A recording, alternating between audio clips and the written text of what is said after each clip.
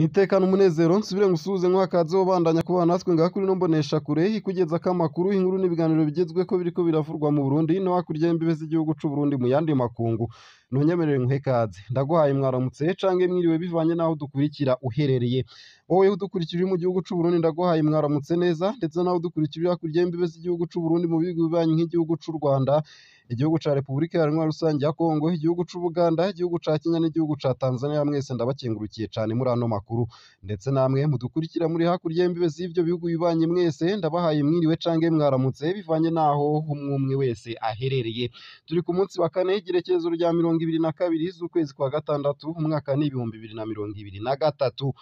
Haraye hatangujwe kuri uwo wa gatatu igenekerezo rya 21 ruheshi 2023 igikorane co gushimira Imana ku myaka itatu umukuru w'igihugu c'u Burundi Evaristo Ndayishimiye amaze mu mabanga yo kurongora abarundi n'Uburundi.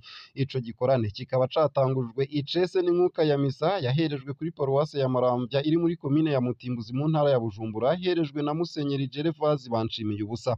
Muri iyo nkuka ya misa Musenyeri Gervase Banshimiye ubusa yarakeje umukuru w'igihugu c'u Burundi ku myaka itatu iheza ari mu mabanga yo kurongora igihugu c'u Burundi, araheza amusabira ku Mana ngo ibandanye imuzigama yongera imuyobora gushika ashitse ku yindi migambi myiza hagisigaje kurangurira Uburundi n'abarundi.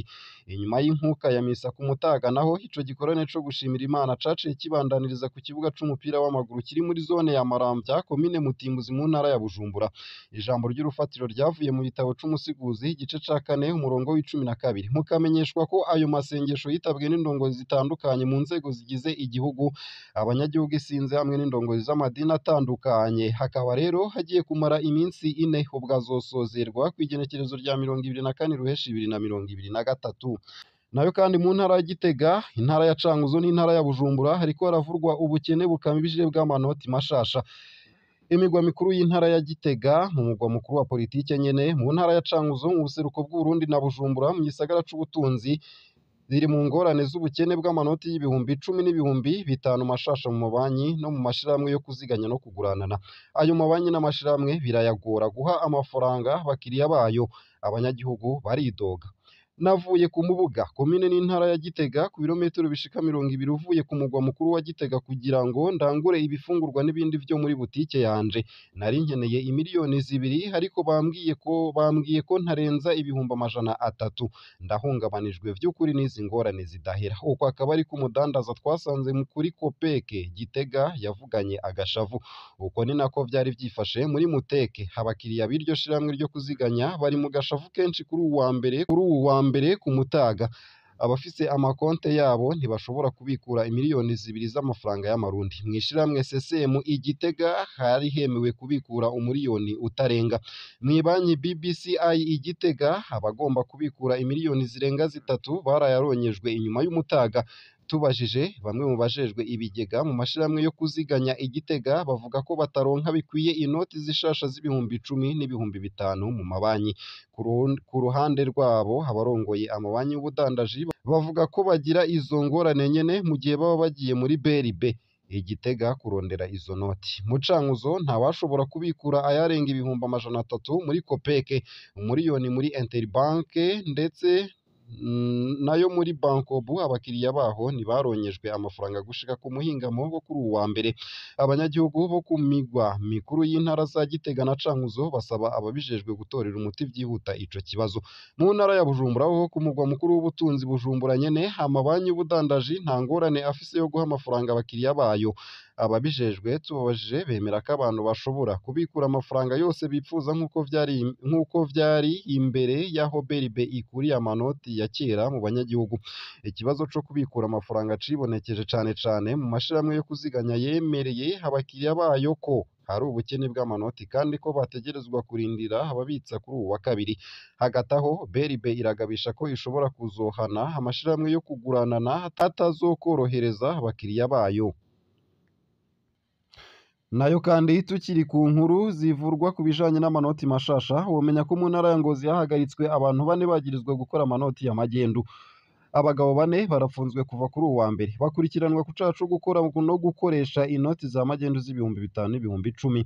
Amakuru y'ikoreshwa ry'inoti za magendu z'ibihumbi 10 n'ibihumbi 5 yaraguye mu matwi y'igipolisi n'intwaro kuri uwu w'Imana. ayo manoti yasa neza neza n'amanoti vy'ukuri kiretse ko impapuro zikozwemwo zitari zimwe hamwe n'aho amasanamu ari. Uko akaba ariko umwe mu bakozi bo muri banki Ingozi abitomora. Amasoko yacu Ingozi akaba avuga ko kuva kuri uwa mbere uruhigi rw'abakoze izo noti rwatanguye. Abantu 4 barahagaritswe bakaba bapfungiwe mu gasho ka komisariya y'igipolisi mu ntara. Ibikoresho bikoreshwa mu gukora izo noti navyo nyene vyarafashwe. Abo bafashwe bafise imyaka iri hagati ya 20 na 30. Nayo mu gusozera aya makuru bomenya ko mu ntara ya Bujumbura abadandaza basubiriye kubura ivyabo kubera umuriro hagati mu gisagara. Amazu 3 y'idandarizo harimwo iduka y'imiti yarahiye ku muhingamo wo kuri uwu wa kabiri. Uwo mucanwa wadutse hagati mu gisagara ca Bujumbura mu mugwa mukuru w'ubutunzi hafi y'ahahoze isoko nkuru ya Bujumbura. Icateye uwo muriro ntikiramenyekana. Uwo muriro wadutse hafi isaha 10 z'umuhingamo mu gice gikorerwamwo ubucuruzi ahari harunze ibidandazwa bitandukanye. Ni neza na neza kw'ibarabara ryitiriwe ubudandaji hafi y'ahahoze isoko nkuru ya Bujumbura. Abadandaza barihutiye gusohora ibidandazwa vyabo nubwo umucanwa waguma urandagata. Ubwoba ni bwinshi mu badandaza baho bacibuka umucanwa wadutse mu mwaka w'ibihumbi 2013 warigise isoko nkuru. Amamodokari yo gupakira ibidandazwa yaranyarukanye cane kugira ngo bahungishe ibidandazwa. Uko akaba ariko vyatomowe n'umwe mu badandaza baho nyene. Ababibonye bakaba bavuga ko batashoboye kumenya imvo yatumye uwo muriro warigise ayo mazu 3. Amakamyo yo kuzimya yaratebutse ashika ku mwanya ku bwa musitanteri wa komine Mukaza yaraho nyene, ariko yarababajwe n'uruhombo rw'ibidandazwa biharurwa mu mamiliyoni menshi y'amafaranga y'amarundi muri iyo mpanuka, kuko bene ayo mazu n'ibidandazwa batari bakingiye ayo matungo yabo.